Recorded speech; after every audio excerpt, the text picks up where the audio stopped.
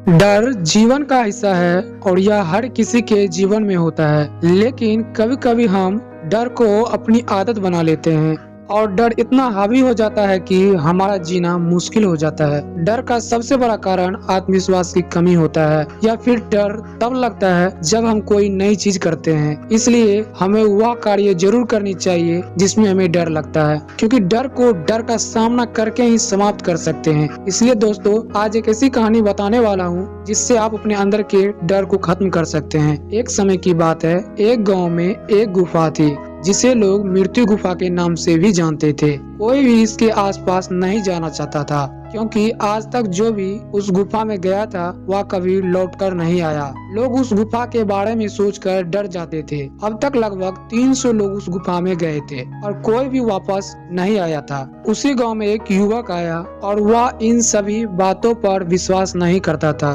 कि आज के समय में ऐसा होता है। फिर उस युवक ने तय किया कि मैं इस गुफा में जाऊंगा। लेकिन जैसे गांव के लोगों को पता चला कि वह युवक उस गुफा में जा रहा है, इसलिए हर कोई युवक के घर के पास इकट्ठा हो गया और यह समझाने लगा कि तुम क्यों जाना चाहते हो। अगर तुम उस गुफा में जाते हो तो कभी वापस नहीं आ पाओगे, क्योंकि आज तक जो भी इस गुफा में गया है वो कभी वापस नहीं आया है। सभी लोगों ने युवक को बहुत डराए धमकाए कि मत जाओ उस गुफाओं में, लेकिन उसने उन सभी लोगों की बात नहीं मानी और अगले दिन ही वह उस गुफा में चला गया। और जब वह गुफा के अंदर गया तो आगे जाने पर बहुत अंधेरा था। धीरे धीरे वह गुफा के अंदर आ गया। तब युवक को लगा कि कोई मुझे पीछे से धक्का दे रहा है। तब युवक ने पीछे मुड़कर देखा तो वहाँ 4 आदमी खड़े थे। फिर वह 4 आदमी ने युवक को बंद कर दिया और एक जगह ले गए, फिर उसे छोड़ दिए। युवक ने देखा कि वह जगह बहुत अच्छी थी और सभी सुख सुविधाओं से संपूर्ण थी। फिर उन 4 आदमियों ने उसे बताया कि